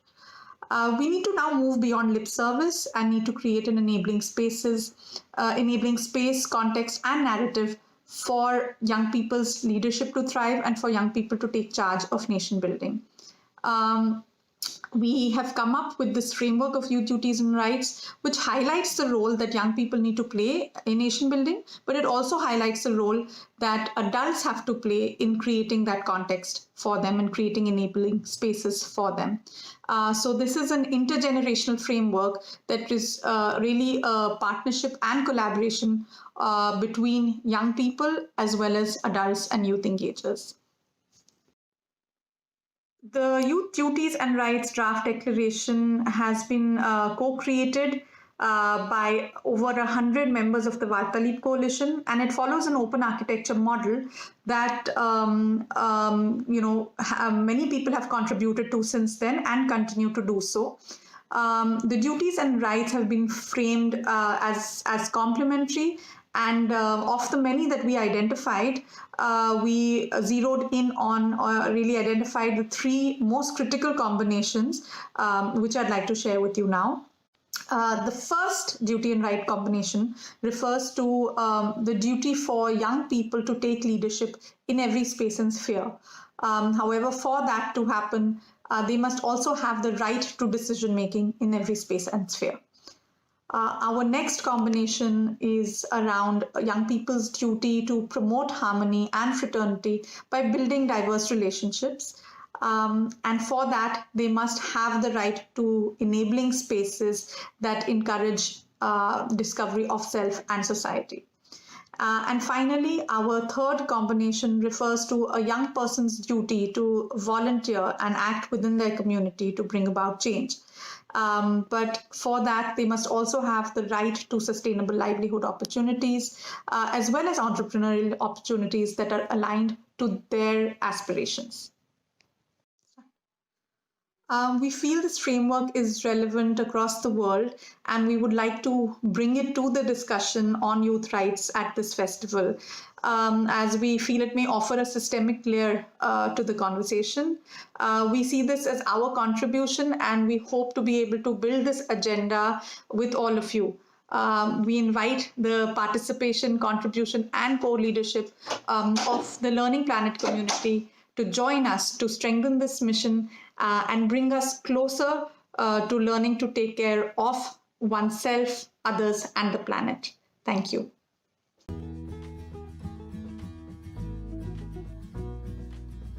Hi, I'm Greg Baer, Executive Director for the Grable Foundation, and also co-chair for Remake Learning. In our forever changed educational landscape, we can shape what comes next to make learning more relevant, more engaging, and more equitable. We can choose either to limit ourselves or to pursue limitless possibilities. This is where it starts, where learning starts. Creativity, complexity, talent. This is where innovation starts. It starts right here, in our libraries, our museums, our communities, in our schools. This is where the future starts. I turn often to the words of Pittsburgh's own Mr. Rogers for guidance. One of the greatest dignities of humankind, he once said, is that each successive generation is invested in the welfare of each new generation. For nearly 15 years, the thousands of educators and learning allies who compose Remake Learning have been igniting experiences that are relevant, engaging, and equitable in support of young people navigating rapid social and technological change. Earlier this year, on 143 Day, Remake Learning launched a campaign called Tomorrow. It's a campaign that calls us to forge a future where each day holds promise for every learner, where youth, families, and educators connect timeless ideas and new ways of learning to prepare for what comes next, no matter what tomorrow might bring. At its core, Tomorrow asks us to remake our tomorrows so that all young people will flourish. You've probably been thinking about the future a lot lately. About how our world is changing. About whether a robot could do your job. About how the way you get to work, or shop for food, or unwind at the end of the day is changing. About what kind of a world future generations will inherit. We've made it through uncertain tomorrows before. That's because we've never stopped wondering, and we've never given up hope. Today, we know more than we ever have. About how to solve problems. About how our brains develop. About how to stay grounded in what makes us human while exploring the frontiers of what humans can make. The future holds tremendous promise. Promise that we can find the potential inside any learner. Promise that together we can nurture that potential in each and every child. Promise that we can let loose the brilliance of an entire generation. That future is closer than you think. But to make a better tomorrow, we have to act today. Let's forge a future that holds promise for every young person. Let's connect timeless ideas with new ways of learning. Let's prepare for what comes next, no matter what tomorrow brings. Learn more at remakelearning.org/tomorrow. What you're doing, what we're doing to prepare for what comes next isn't merely aspirational. It's deeply personal for each of us. And for us, our new frontiers will either be barriers for our kids and their peers across generations, or our new frontiers will be doorways to wondrous and prosperous futures. So let's ask our kids. Catherine and Caroline, here we are at the beautiful Pittsburgh Botanic Garden. What do you love about coming to a place like this? The stepping stones and the fairy houses. The stepping stones and the fairy houses. I love the fairy house. What do you love, Catherine? I like walking through the woods. You love walking through the woods. And have you noticed something about the leaves in the woods right now? They're changing colors. They're red and orange and yellow. Do you have any clue why they change colors, Caroline? In the leaves there are these lines, and I think they change colors because it's getting colder and hotter. Oh yeah? And do you think those leaves and those trees, do you think they're breathing the same air and drinking the same water that we're drinking? Mm-hmm. And we want that air and that water to be clean, don't we? Mm-hmm. So how do you think we can keep that air and that clean water for the trees and for you and me? What would you do? There's a machine and it gets a lot of water. It takes out all the leaves and it gets out all the dirty water. It pours it in a bucket over a tree and then it jumps it. You would make that machine? That's pretty cool. I like that. I would make a machine on top of like someone's roof.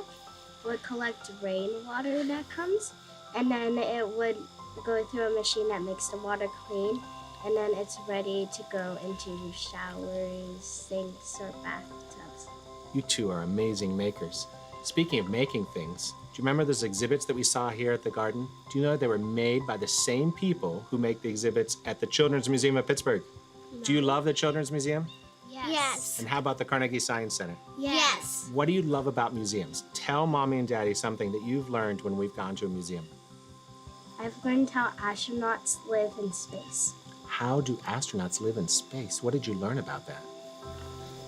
I learned how they go to the potty. How they go to the potty. Well, that's important. Where do you think their body goes? Do they flush it out into space? Maybe, or they save it and take it back to Earth and then dump it out. Which is probably a better idea, don't you think? What's something you've learned, Caroline? That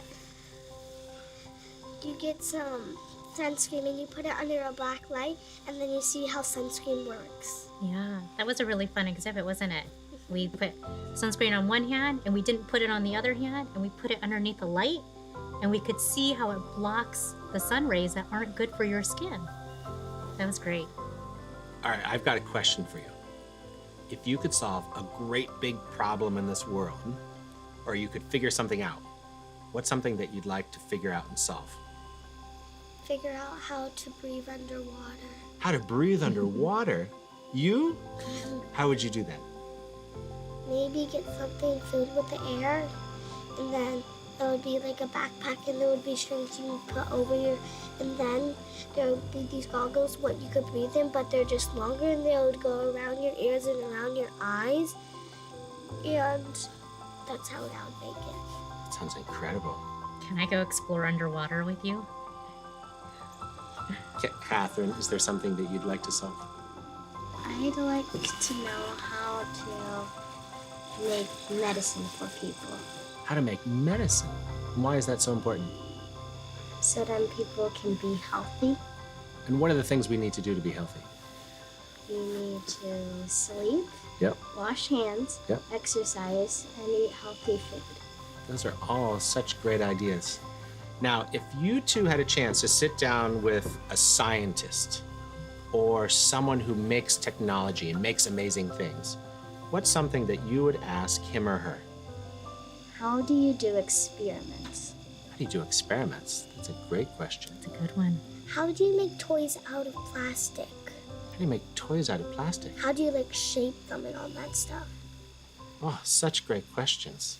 You two have such amazing questions and amazing ideas, and your mommy and daddy are so proud of you. Keep asking all sorts of questions. Never stop asking them.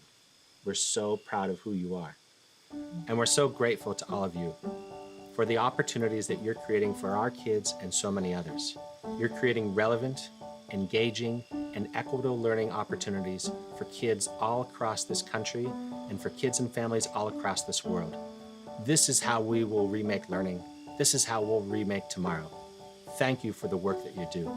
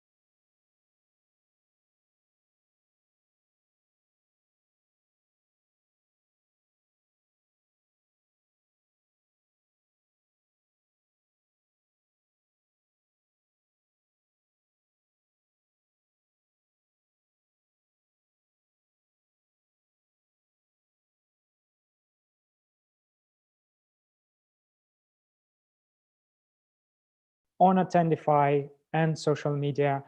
This is just the beginning of the festival. Please go ahead, explore various tracks, see what sessions are happening. In fact, as I'm speaking now, there are a few sessions in parallel on various subjects that are quite engaging, diverse, and inspiring. Again, thank you so much for joining us live, and have fun for the rest of the festival. And please also engage in conversations, use this opportunity, meet new inspiring people, and create something beautiful together. Thank you so much, and see you in other sessions.